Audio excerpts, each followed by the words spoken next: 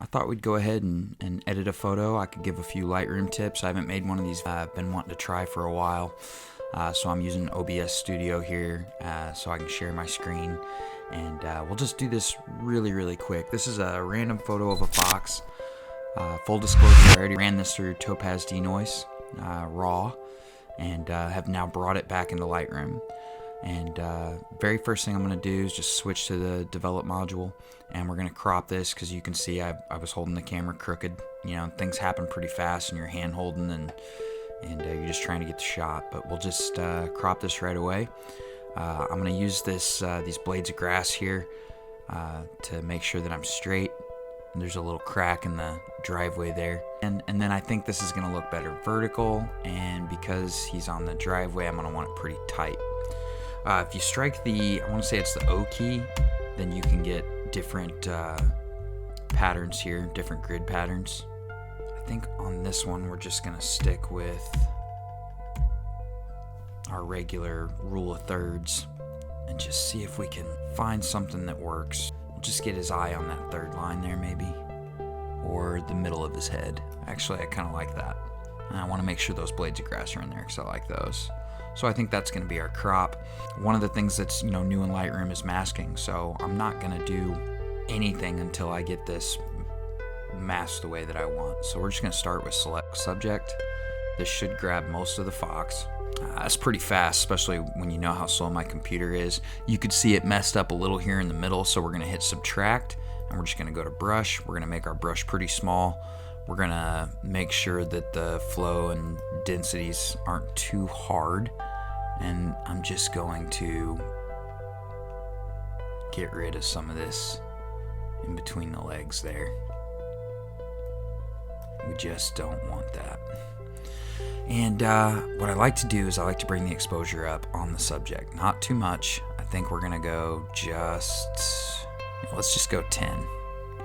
And I'll show you, instead of playing with your mouse like this over and over again, if you just put your mouse there and hit the up arrow key once, it'll get you 0.1 up every single time.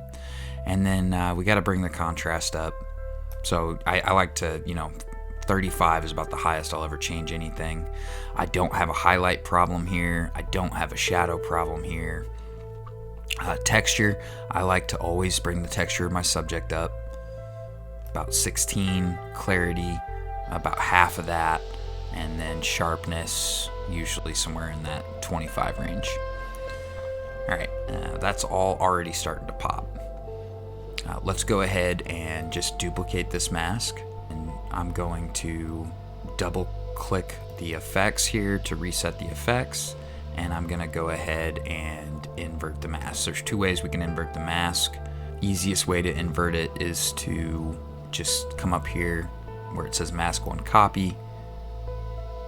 Actually, it'd be under that, subject, invert, and then we'll just delete the brush. Delete brush 1. And add brush, and let's just brush in between the legs a little bit. Okay, and what I'm going to do with this is almost the exact opposite. I'm going to bring the exposure down because that's going to pop my subject.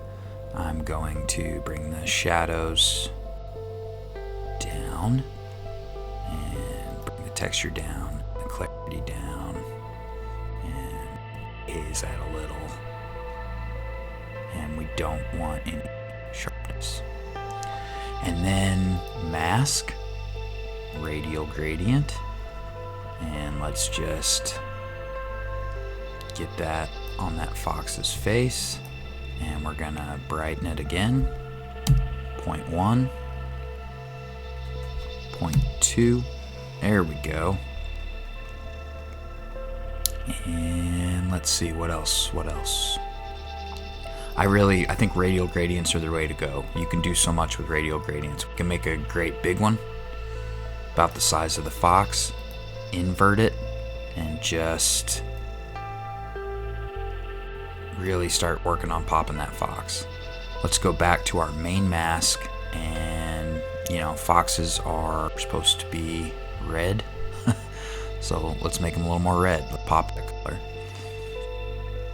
And I think the very last thing we're going to create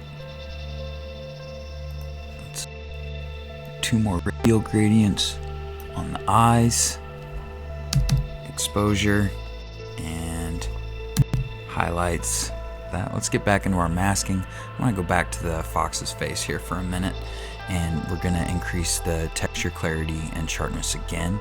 Not as much this time, but just a little bit more to make it stand out from the body of the fox.